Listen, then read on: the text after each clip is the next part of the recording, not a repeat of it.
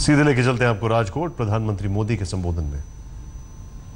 श्री मनसुख भाई मांडविया, श्री आत्माराम परमार, संसद के मेरे साथी श्रीमान मोहन भाई कुंडारिया और यहां के मेयर श्रीमान जयमान उपाध्याय जी और मेरे प्यारे परिवारजन, ऐसे सभी दिव्यांगजन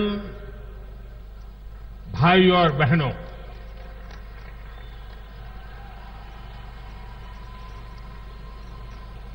अभी विजय भाई हमारे मुख्यमंत्री जी बता रहे थे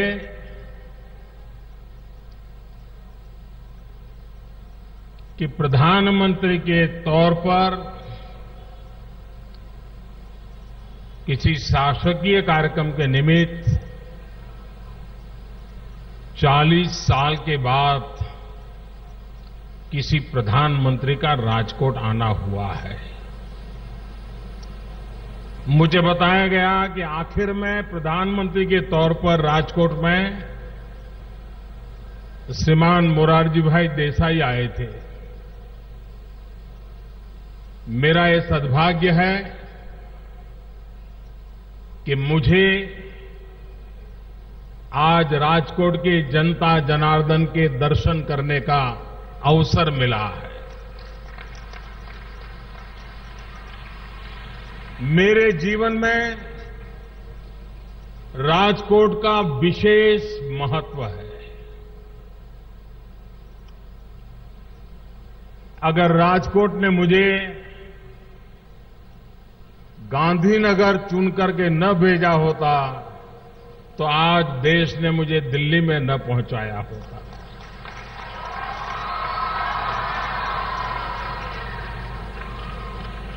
मेरी राजनीतिक यात्रा का प्रारंभ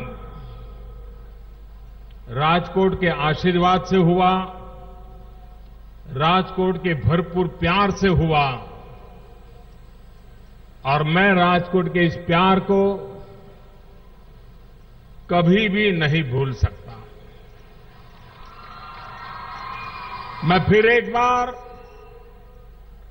राजकोट की जनता जनार्दन को सर झुका करके नमन करता हूं, प्रणाम करता हूं, वंदन करता हूं और बार बार आपसे आशीर्वाद की कामना करता हूं।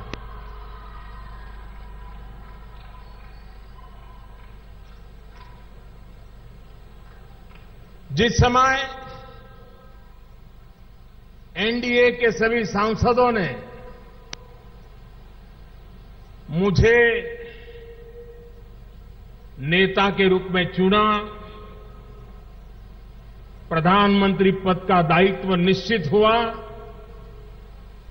और उस दिन मैंने भाषण में कहा था कि मेरी सरकार इस देश के गरीबों को समर्पित है।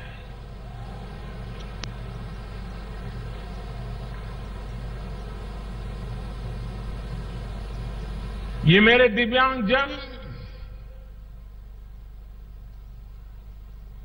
देश पे करोड़ों की तादाद में दिव्यांगजन है और दुर्भाग्य से अधिकतम मात्रा में जिस परिवार में ये संतान जन्म लेता है, ज्यादातर उस परिवार के जिम्मे ही उसका लालन पालन होता है। मैंने ऐसे कई परिवार देखे हैं, मैंने कई ऐसी माताएं देखी हैं 25 साल, 27 साल, 30 साल की उम्र है, जीवन के सारे सपने बाकी है,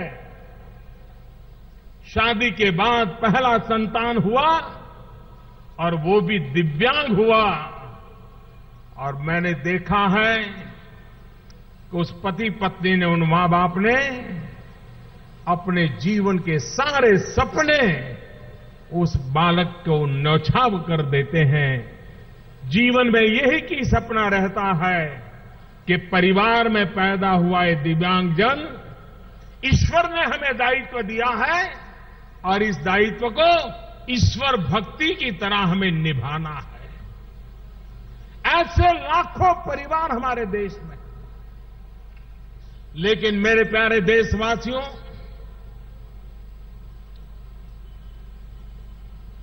ईश्वर ने शायद एक परिवार पसंद किया होगा, उसके घर में किसी दिव्यांग जन का आगमन हुआ होगा। परमात्मा को शायद भरोसा होगा कि यही परिवार है, उसकी संवेदनशीलता है, उसके संस्कार हैं, वही शायद इस दिव्यांग बच्चे को पालन करेगा। इसलिए शायद परमात्मा ने उस परिवार को पसंद किया होगा। लेकिन भले वो किसी एक परिवार में पैदा हो, लेकिन दिव्यांग ये समग्र समाज की जिम्मेवारी होती है, पूरे देश का दायित्व होता है और इस दायित्व को हमें निभाना चाहिए। हमारे भीतर वो संवेदनशीलता होनी चाहिए। जब मैं गुजरात में था तब भी इन कामों पर मैं बल दे रहा था। राजकोट के अंदर ही हमारे डॉक्टर पीवी दोषी भी इस प्रकार की एक स्कूल के साथ जुड़े थे। उसके कारण मुझे लगातार उन बच्चों से मिलने का मौका मिलता था, उनके साथ जाने का मौका मिलता था। और मैं डॉक्टर दोषी साहब जिस प्रकार से भक्ति भाव से उस स्कूल में उन दिव्यांग बालकों के प्रति प्यार भरा नाता जोड़ करके रहते थे, उनकी एक बेटी भी इस काम के लिए समर्पित थी। ये चीजें मैंने जो देखी थी, तब तो मैं राजनीति में भी नहीं था, बहुत छोटी आयु थी। डॉक्टर दोषी जी के घर कभी आया करता था और कभी उनके साथ जाता था, तो मन पे एक संस्कार हुआ करते थे, एक संवेदना चेतना जगती रहती थी। और जब सरकार में आया, जिम्मेवारी मिली, आपको याद होगा हमने एक बड़ा महत्वपूर्ण निर्णय किया था। सामान्य रूप से स्वस्थ सामान्य बालक को एग्जाम पास करने के लिए 35 मार्क की जरूरत पड़ती है 100 में से। हमने निर्णय किया था कि दिव्यांग बालक को मिनिमम 25 मार्क हो तो भी उसको पास माना जाए, क्योंकि एक स्वस्थ बालक को अपनी जगह से उठ करके किताब लेने में जितना, अलमारी में से किताब लेने में जितना समय जाता है, दिव्यांग बालक को उससे 3 गुना समय जाता है, 3 गुना शक्ति लग जाती है। ऐसे बालक को विशेष व्यवस्था मिलनी चाहिए। और गुजरात में जब हमारी सरकार थी, मैं जब यहां काम करता था, उस समय मुझे ऐसे कई निर्णय करने का अवसर मिला था। जब हम दिल्ली गए,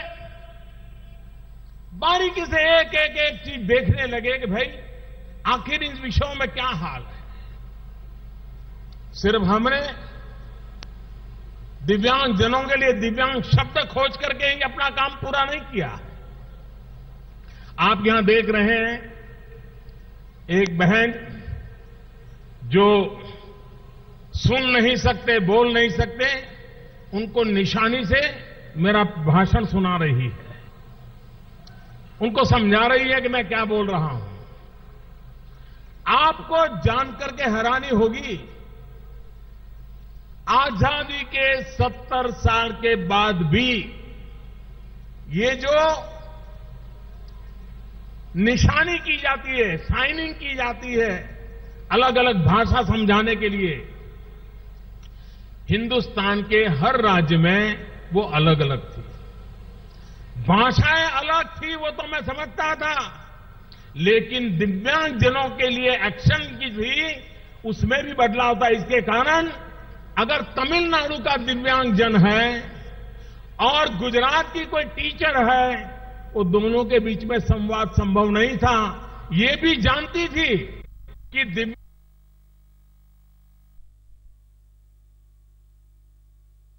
भाषा में जो पढ़ाई गई वो निशानियां अलग थी, गुजराती में पढ़ाई गई निशानियां अलग थी और इसलिए पूरे देश में मेरा दिव्यांगजन कहीं जाता था और कुछ कहता था तो समझने के लिए इंटरप्रेटर नहीं मिलता था।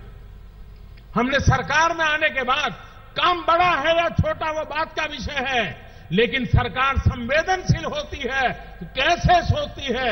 हमने कानून बनाया और देश के सभी बालकों को एक ही प्रकार की निशानी सिखाई जाए, एक ही प्रकार के टीचर तैयार किए जाए ताकि हिंदुस्तान के किसी भी कोने में, इतना ही नहीं हमने उस साइनिंग सिस्टम को स्वीकार किया है कि अब हिंदुस्तान का बालक दुनिया के किसी देश में जाएगा तो भी निशानी से अगर उसको सीखना है तो वो लैंग्वेज उसको अवेलेबल हो गई है।